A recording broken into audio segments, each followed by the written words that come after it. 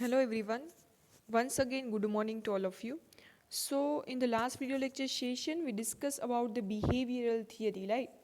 That LMX theory, then Fiedler theory, and path goal theory, right? And in this video lecture session, we are going to start that unit number 4, part 3.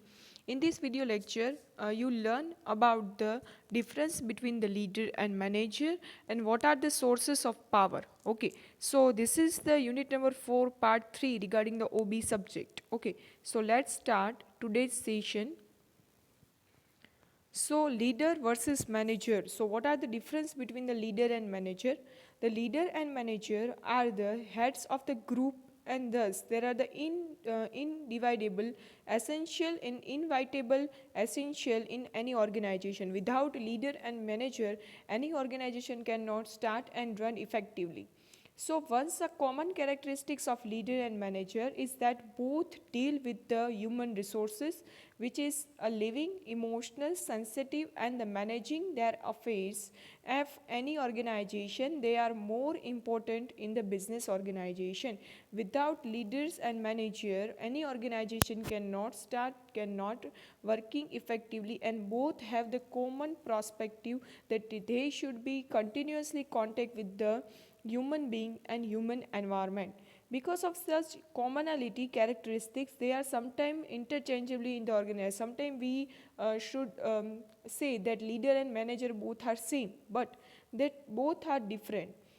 Through both are treated as the head of the human group, their style of managing and the people is different subsequently. So some important techniques differ between the human, we can say that leader and manager. So there are the difference between the leader and manager. In your examination, if they ask you to write the difference between the leader and manager, then you should write the introduction, and then you have to write this difference in detail. So first one, there are the definition of leader. A leader is an influence in this follower through his vision, motivation, and method to attain a specified goal. The main goal of leader is to direct the followers. And the manager, a manager is a person who manages the resources along with the human resources through the planning, directing, controlling resources for the attaining a prescribed goal. Second one, status of subordinate. They are the spontaneous followers. Here there are designated employees. Here designated employees are created by the manager, and here they are the followers. The members are called as the followers, and here the member are called as the employer. Second one, then third one, style of management. The transformational, they have to change their mindset of the people. The main leaders work is to transformation. They have to doing the transformation of the employees for unconfident person to the confidence person, and ineffective person to the effective through changes his mind. Then transaction, here they have to state the account of input and output. They have to try that create the best output from the input. Then decision making, a leader is a facilitate in the decision making, is including the allowing the participation, and the manager has to carry out the decision either made by the authority or himself within the delegated authority. So here there are the most decision are making and including by the leader with the participative decision making style and leadership style. And manager cannot have a such type of authority because manager is a one type of employee. So whatever decision is taken by the CEO, they have to try to follow it. Then fifth one, focus. Humanities approach or a people oriented approach in of the leader. Then here managers total focus on the task. So here the role of and focus of the manager is the task oriented on the process and procedure. Sixth one, goal or outcome. Effectiveness oriented output in the compare with the set and objectively. So they have to doing the effective oriented style. Then here they have to be efficiently oriented. So output is compared with the input and try to doing the maximum output from the minimum input. Then process of group dynamics. He allies and the unties the various organizational member into the direction. And here they have to organize the people through the establishing a formal interpersonal relation. So here there are the organization members they have to direct, and here they have to create the formal relationships. Then primary aim, the growth and development of the people is the primary aim of the leader. Here the manager's primary aim is to attain the defined targets at any cost. They have to try to achieve their goal with the any cost. Then attribute of leader, they have to creative and the foresight leaders, and manager are the skills have to mind power to manage a people and doing the effective work of try to doing the effective work from the employees. Then management of change, they promote to encourage the initiative change. They have to try to doing the new creative things. They have to always try to support them. They react the adjust to change. They cannot try to change in the organization. They have to sustain with them and try to adjustment doing their organization activities. Stress management, they possess the patient and balanced approach in the emergency, and they follow the hasty situation and hasty solution and the stress mental condition is emergencies. So here leader have the patience, but manager cannot have the patience in the emergency situation. Second one is a conflict management. Sometimes there are the create a conflict between the employee and employer, employer and employee, and between employees are also sometimes created conflict. At that time, a leader can they use the conflict as an asset and use its change. They have to consider as a challenge and try to reduce it and remove it.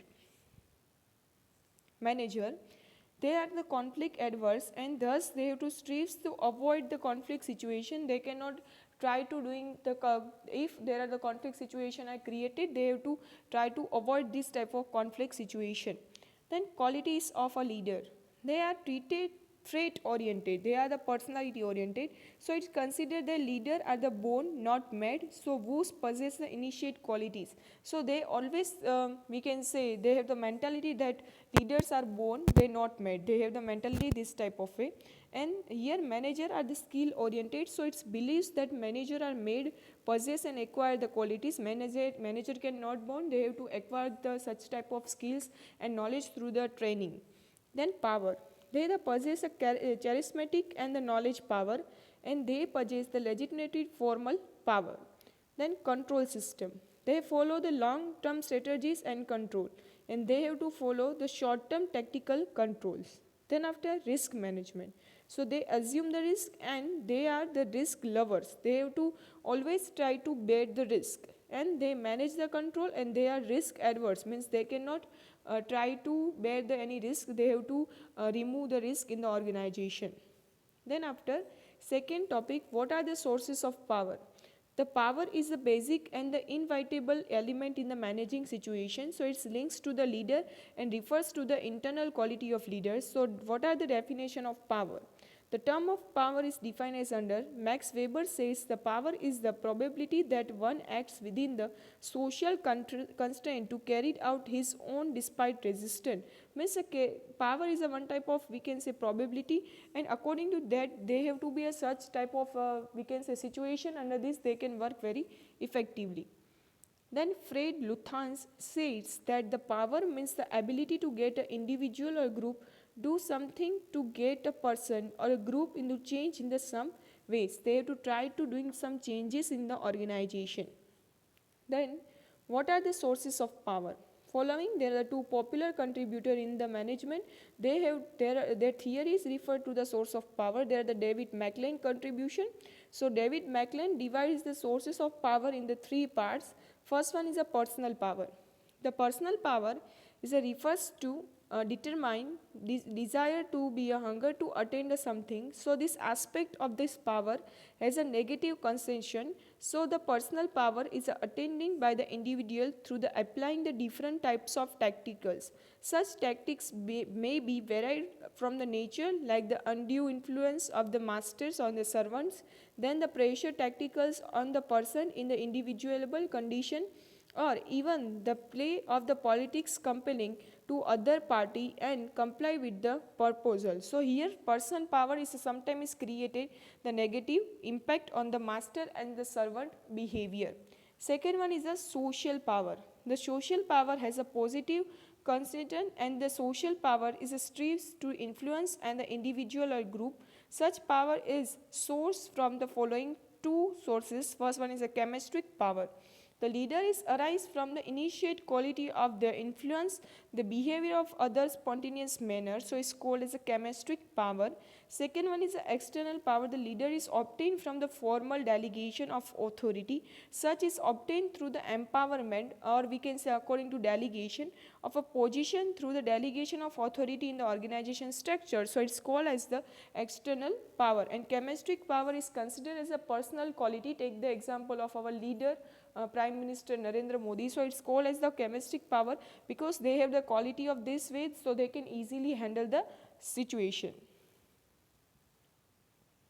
Second one is a French Raven classification. So John French and the Bertrand Raven, in his article The Base of the Social Power, is published in the 1959, and they have to divide this 5 category power. First is the coercive power, reward power, legitimate power, expert power, and the referent power. So first one is a coercive power. So under this power, the leader to be threatened by the follower by telling that if the latter are not following to be instruction and ordered, the leader then to be punished by the several. In the coercive power, leader try to, we can say, threat to the employees if they cannot work in the proper manner, then leader have to power that they should punish them. Okay. So the followers follow the organization and instruction of the leader under the fear of the penalty arising from the non-completion. So the popular forms such as a power organization are stoppage for the increment, transfer to odd the reason, even the dismissal from the job. This category of the power has been negative consistent in the adverse effect on the morale of the employee because it's created the threat behavior and the fear, right? So it's a one type of, we can say, adverse effect on the morale of the employees. So existence of this strong unionism puts in the restrictions use of the power the leader. Then second power is a reward power. When an employee is perceives that the welfare rewards his contingency upon the favor of the leader, then he strives to follow the order and instructions of the leader in the organization to immediate superior authorized by the top management to pass over the certain benefit and subordinates. So the popular forms of the rewards in an organization are the additional increment and transfer on the attractive position and assignments of easy and favorable jobs. For this privilege to use this company resources, the leader can express his obedience from the follower under the following condition. First one, the proposal of the leader is perceived by the follower as a beneficial to him. So if employees are doing good work, then they have to be a power, leader has a power to reward them. Okay. Second one, the leader's proposal may not be a real benefit from the leader's point of view, but is a follower's perspective is to be a beneficial, then also provide the benefit. Third one, the leader may not possess the reward power, but the follower perceives the leaders can be benefit to give them. Third one is a legitimate power.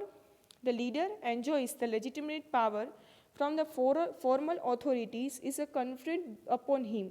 So generally under this formal organization structure, authority to be a procotate from the top level to lower level. So here in the organization, a delegation of authority is given to higher to lower class. So such a delegation of authority is empowered to executive to enjoy the power of the subordinate. So this category of the power is closely related to the theory of the organization.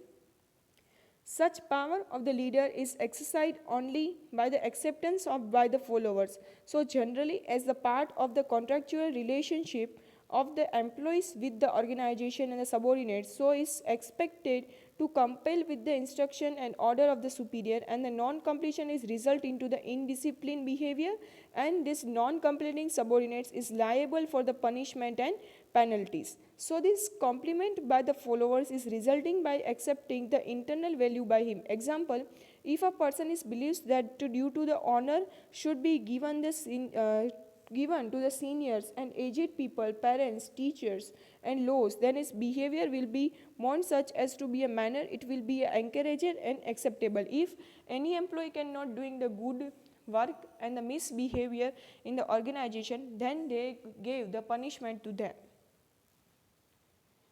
Generally, legitimate power is to be stemmed following sources. First one is the acceptance of social value system. Second one is the acceptance of the authority and stemming from the formal organization structure. Third one is the authority of principles on agent based on the principal agent relationship. Then fourth one is the expert power. Knowledgeable person enjoy the spatial power as well as in the organization. So knowledge is attained through the cumulative information link for the experience as well as the intelligence. So it's frequently stated that knowledge is a power. So generally such knowledge is acquired through the professional training in the professional like the medicine, taxation, legal, accounting, management field, etc.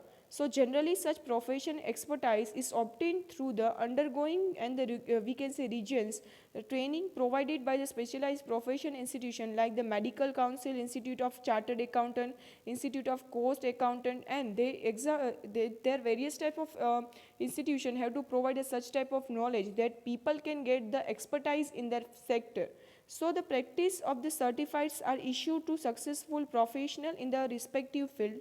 Such professions are enjoying such a knowledge power. The knowledge power is indicated through following. First one, credited certificate by the professional institute like the CA, Chartered Accountant, MD, Doctor of Medicine or Medical, MLaw means Master of Law, ME means Master of Engineering. So if you have this type of knowledge, then you can get the expertise in your sector. Second one is this trustworthiness in the professional career. It is a common experience that all profession degree holder are not successful professional. Some professionals are able to create a brand image in the society where they conduct the professional practices. Example, a doctor having a name in the area where he practice. Only a such knowledge know that successful professional is able to trust of people. By virtue of this such trustworthiness, they are in the position to enjoy the expert power. If your image in the market are good, then you have to enjoy the expert power. Then relevance of the knowledge in the specialized area. So expert professions are the specialized who have to possess a deep knowledge in the narrow range of their specialization. So sometimes they still narrow and down to the smaller narrow range through this super specialization. Example, an MD in the medical profession is specialized as the physician. He can also become a super specialist in the neurophysician branch. Thus, his expert power is conferred only to the relevant branch specialization or the super specialization. So, according to their branch, they have to be collect their expertise power.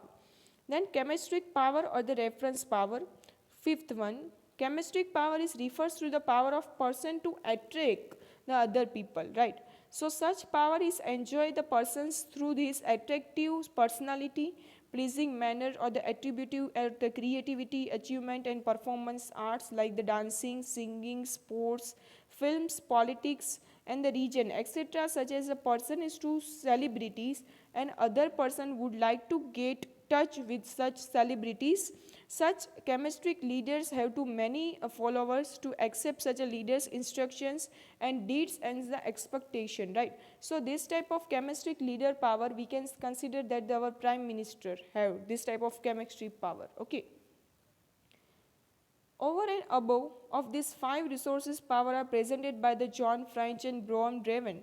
Mr. Crozier has to mention the 6 source of power which is described that independence. So this is power refers that the power enjoyed to be a predecessor over the successor who link to interdependence to coordinate activity. Unless this predecessor completes to be a predecessor task, successor cannot be take the task. So this source of power is not included above the mentioned 5 power.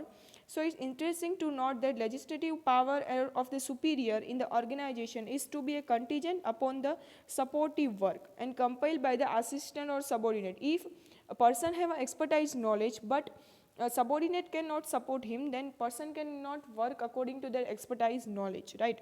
So however, superior has to right extend to obedience from the subordinate or authorized to decision without waiting for the supportive assistance from the subordinate. However, under certain typical situations, superior is not able to manage this two alternative, has a no option but to depend on this work or the subordinate. So it is interesting to note the sources of power is useful only when the subordinate is complied with them. So power is possession is to be tasted or to identify to the internal trust of this power is to be a international process. Then at the last slide regarding this our presentation, that the co-relationship between the possessing power and the power dispatch is one figure is given to you, process of power and source of power. Completeness is created from the reward, coercive power and control and means to end.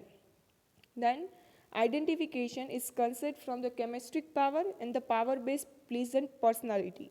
Then international is to be considered from the expert power, legislative power and the professional certificates.